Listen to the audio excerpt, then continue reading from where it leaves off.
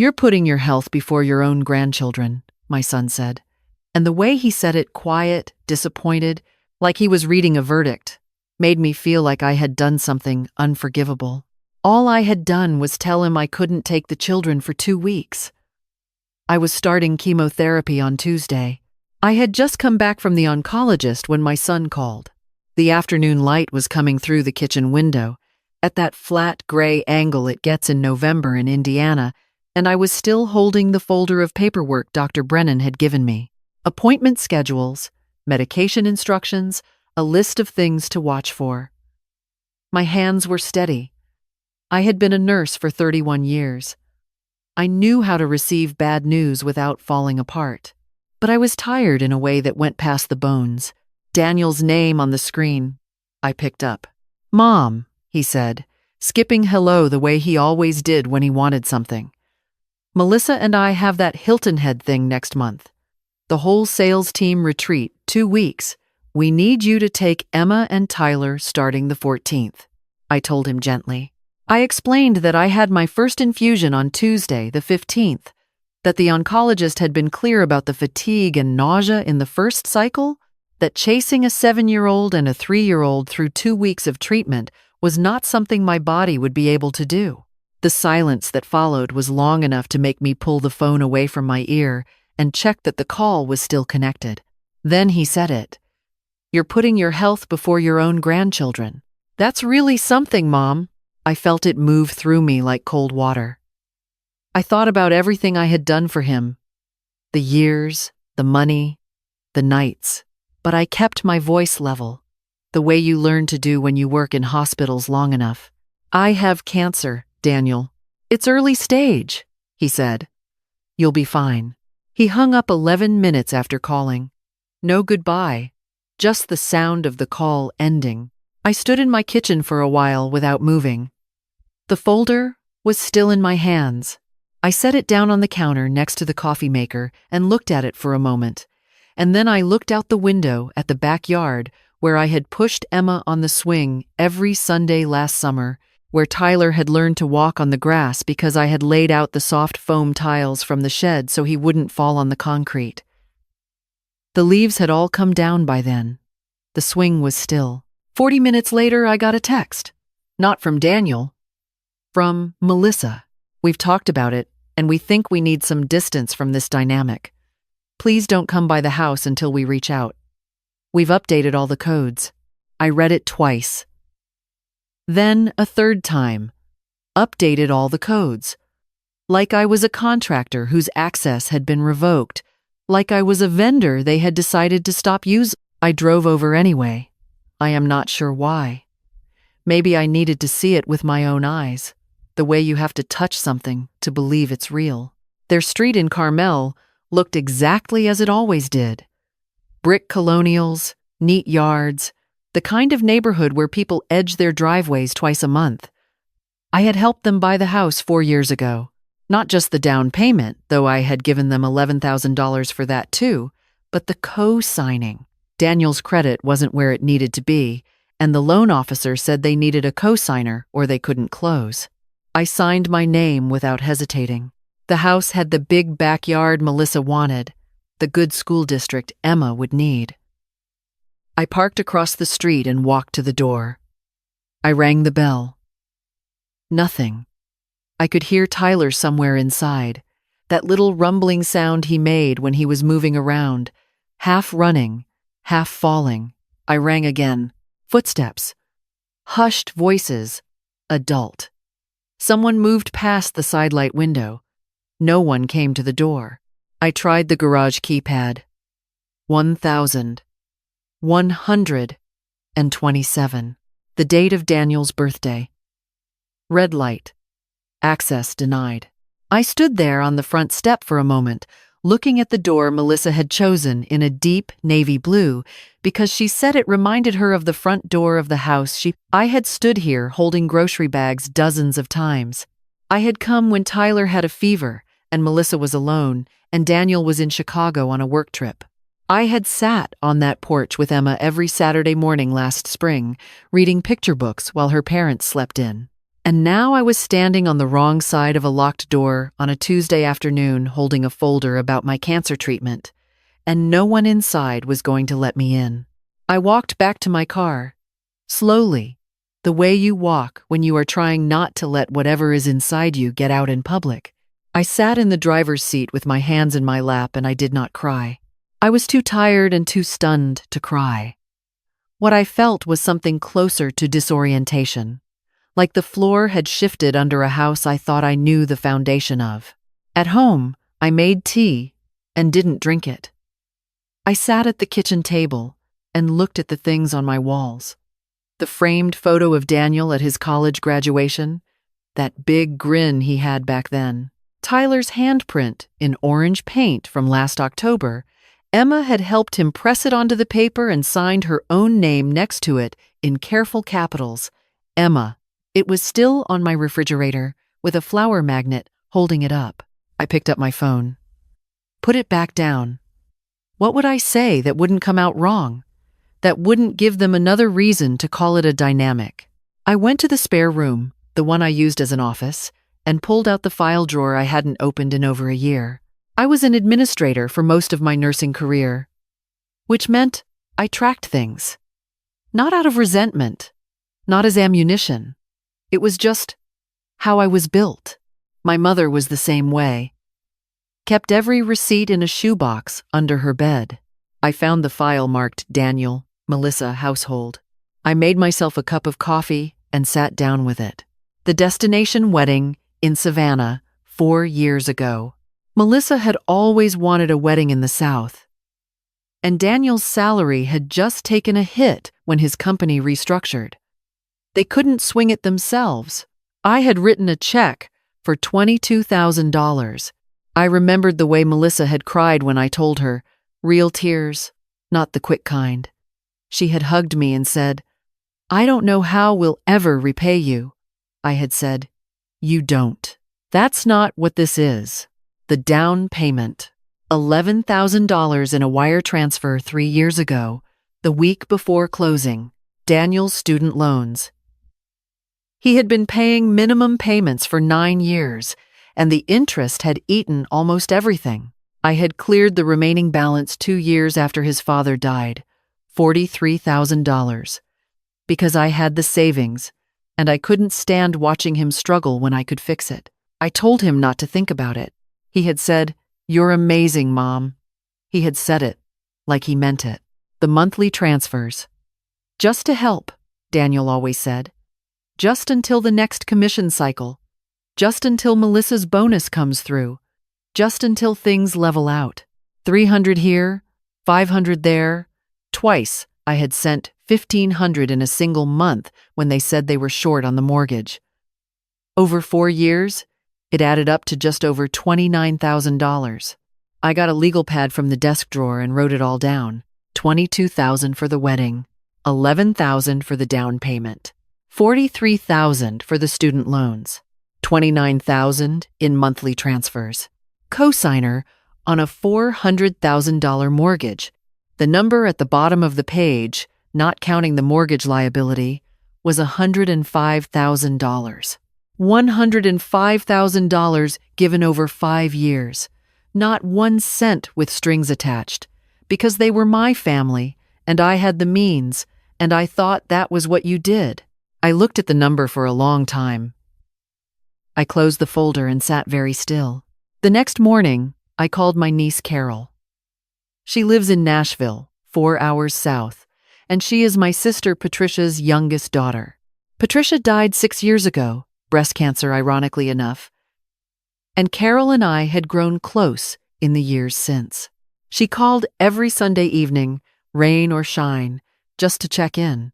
When I told her about my diagnosis 2 weeks earlier, she had gone quiet for a long moment and then said, "I'm coming up there," and I had to talk her out of it and promise I would call her the minute I needed anything. I told her what had happened. All of it. The phone call, the text, the door, the code. She was quiet for so long I thought the call had dropped. "Aunt Dorothy," she finally said, "I am coming up." I told her I was fine. I wasn't sure it was true. She came anyway, the following Saturday. She brought a pot of chili from a Tupperware she had packed in a cooler and a bottle of my sister's favorite red wine, and she sat across from me at the kitchen table and listened while I talked for almost 2 hours. When I was done, she did not say, "I told you so," or make any of the faces people make when they want to say it but are holding back. She just reached across the table and put her hand over mine. "You know what your mom used to say," she said. She said the people who go silent on you the fastest are the ones who only came around for what you could give them. I thought about that for a long time after she left. Monday morning, I called my attorney, James Whitfield, estate planning, downtown Indianapolis. He had drawn up my will 6 years ago when my husband Robert died. Everything to Daniel, trusts for the grandchildren, standard arrangement. I had not looked at those documents since. His assistant got me in for Wednesday. I wore my good gray coat and drove downtown and sat across from James and told him everything in roughly the order it had happened. He had a good face for listening. He didn't interrupt. When I finished, he folded his hands on the desk and said, "What would you like to do?" "I'd like to change everything," I said. "The primary beneficiary, the power of attorney, all of it." He nodded. "To whom?" "My niece, Carol Fenwick, in Nashville." He wrote the name down.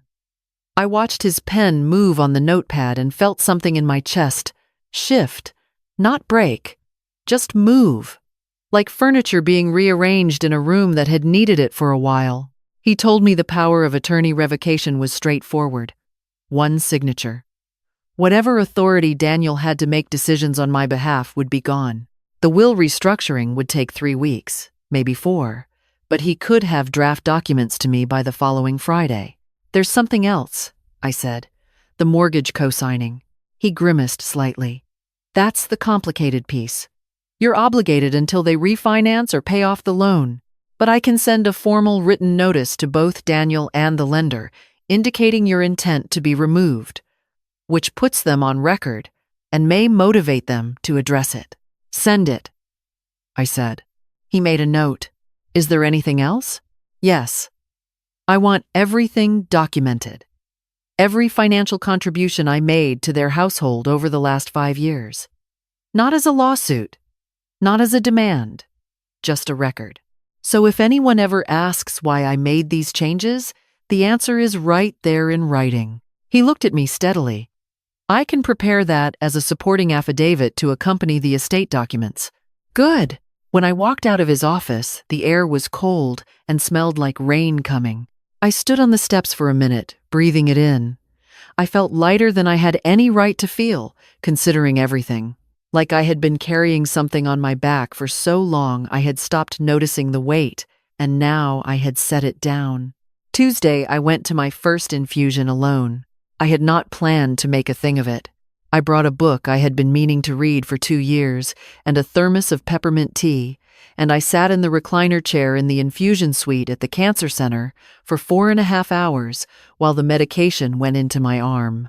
The nurses were kind. The woman next to me was named Beverly, and she was on her 12th treatment, and she had a granddaughter in college, and she told me about her garden in Noblesville while we both looked out the window at the parking lot. On the drive home, the nausea started, low and rolling like a boat in a slow swell.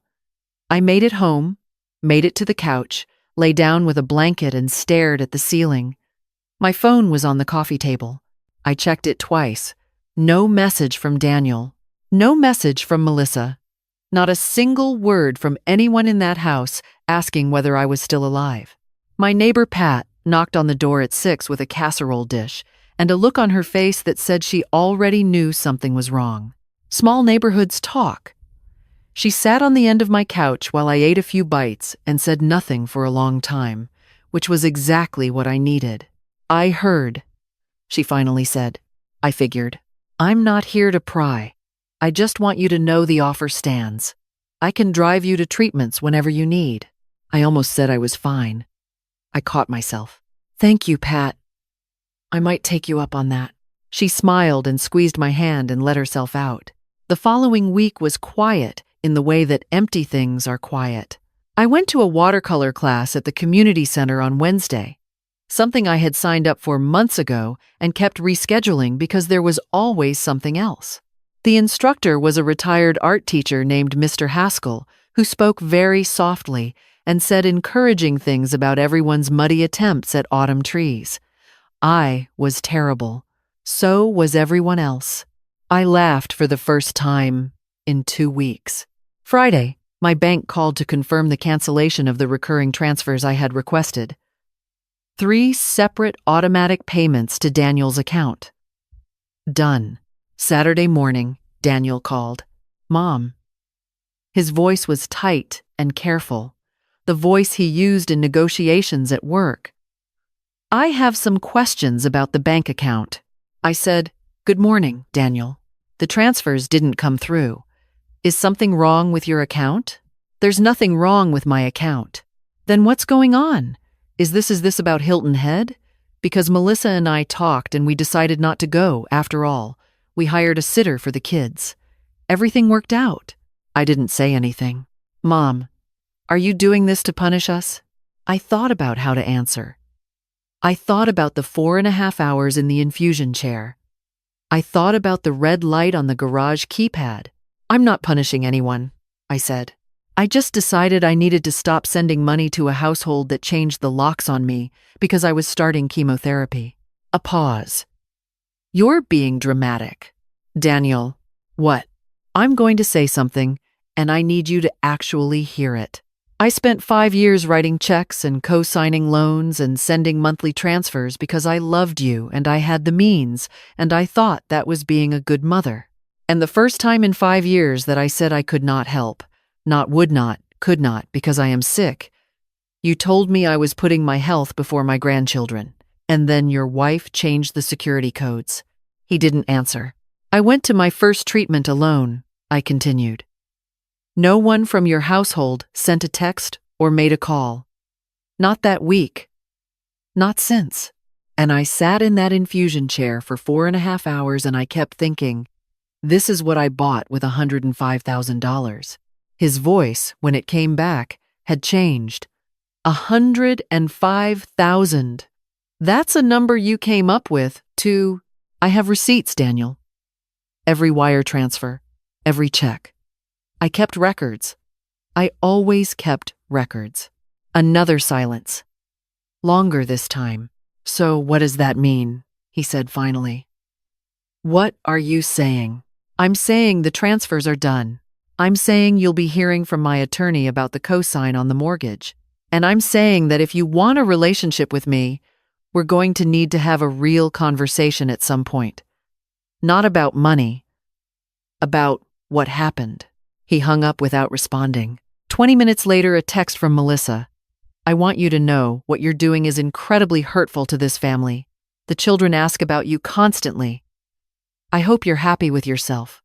I read it once and set the phone face down on the table. I was not happy, but I was not undone. There is a difference. The weeks that followed were strange and ordinary at the same time. Pat drove me to my second infusion, and we stopped for soup on the way home. The watercolor class on Wednesdays became something I looked forward to. Carol called on Sundays, and I started looking at the phone before it rang, knowing her name would be there. I found Robert's old camera in the closet and started taking photographs on my walks, which I had been told by the oncologist to keep up as much as I could tolerate. Nothing dramatic.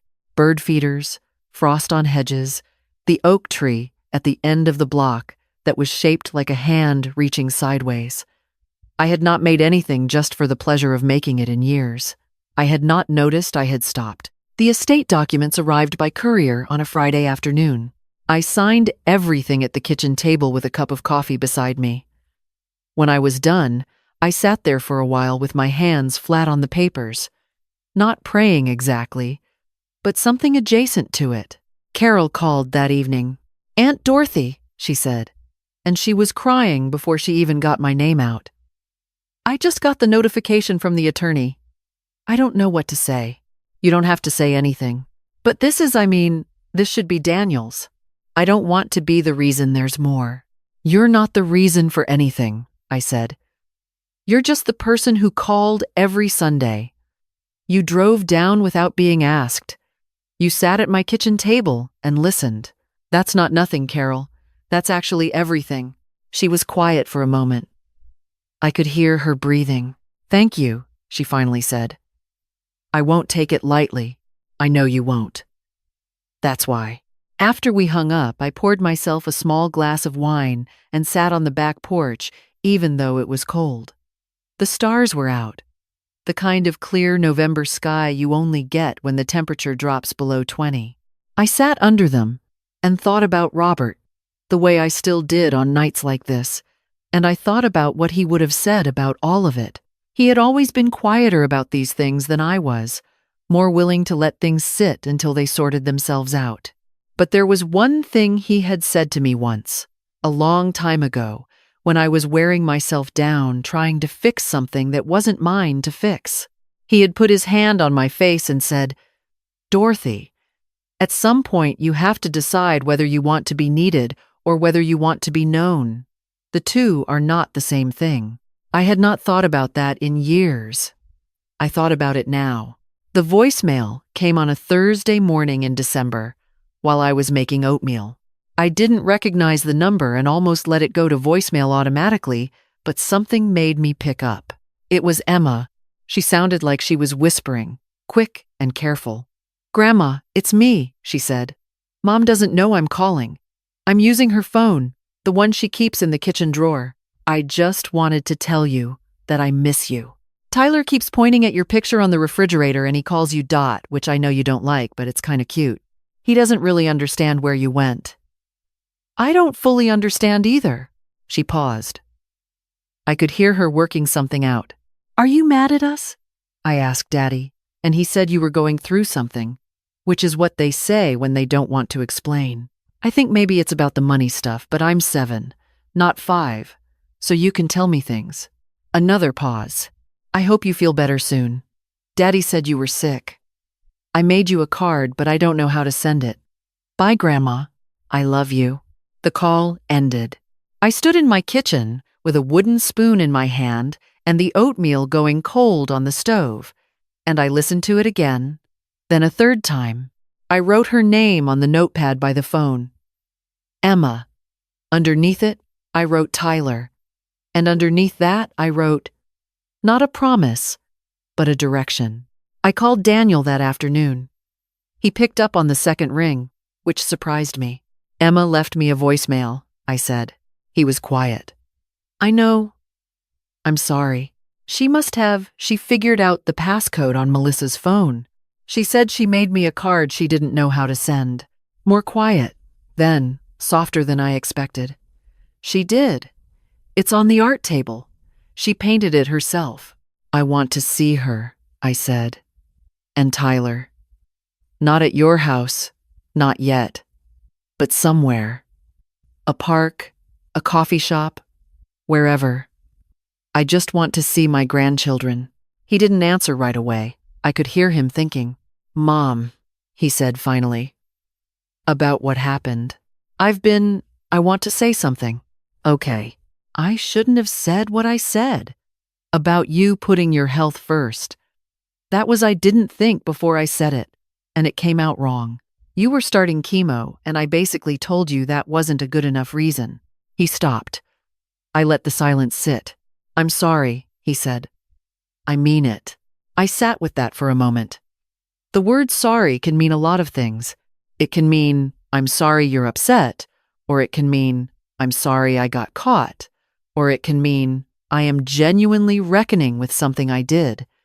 I had learned in 30 years of nursing how to tell the difference. This one sounded real. I appreciate you saying that, I said. I mean it, but I need you to understand something. It wasn't just one phone call. It was the text and the codes and the silence for 6 weeks, including through my treatments. I went to infusions alone. No one checked on me. That's not a misunderstanding. That's something we have to talk about honestly before anything can go back to being normal. He exhaled. Yeah, I know, but I do want to see Emma and Tyler, I said. Melissa met me at the park the following Saturday. She arrived 2 minutes after I did, holding Tyler on her hip with Emma running ahead of her, and she stopped about 10 feet away from me on the path, like she wasn't sure what came next. She looked tired, genuinely tired, not performing tired. Emma reached me first. She ran and hit me at hip level with both arms and squeezed with the particular ferocity that only little kids can manage. I held on. "I made you something," she said into my coat. I heard. She pulled back and looked up at me. Her face was so earnest, it was almost painful. "Did you see it?" "I gave it to Daddy. I haven't seen it yet. But I'm going to frame it." She beamed. Tyler was more cautious. He watched me from Melissa's hip for a full minute before reaching out one hand and patting my shoulder once. Carefully, like he was checking whether I was solid. "Dot," he said. Emma looked mortified.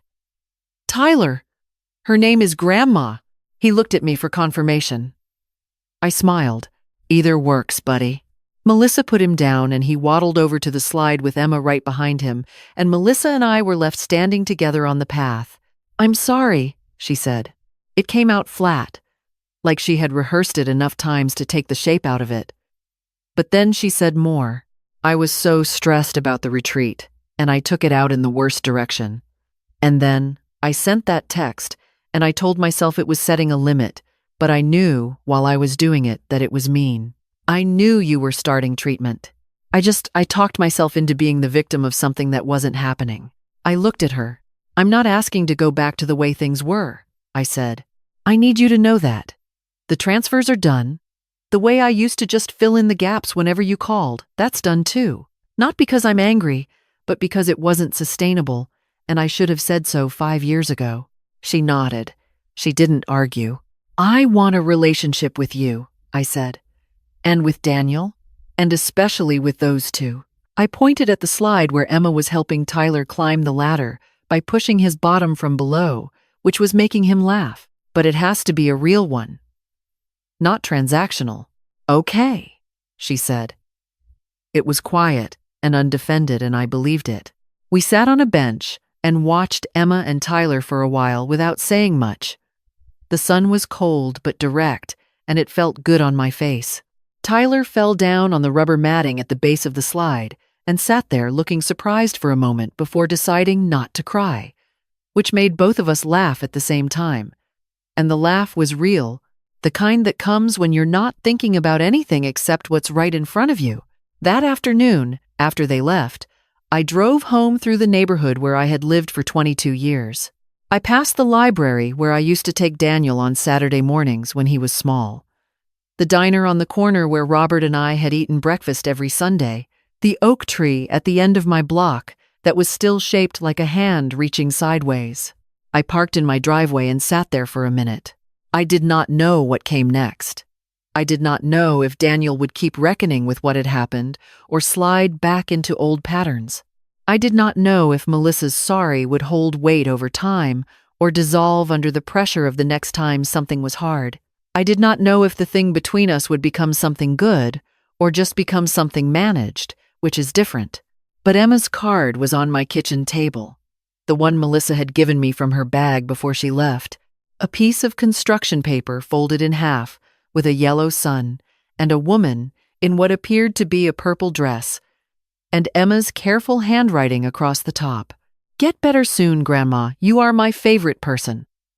The misspelling of favorite exactly as it should be. I put it on the refrigerator next to Tyler's handprint. Carol called that Sunday evening, right on time. "How are you doing?" she asked. I thought about the honest answer. "Better than I was," I said. "Still figuring out what comes next." That sounds about right. I think I spent a lot of years being useful when what I actually wanted was to be known. I'm still learning the difference. She was quiet for a moment in the way she was quiet when she was really listening. "Robert used to say something like that," she said. "Patricia told me.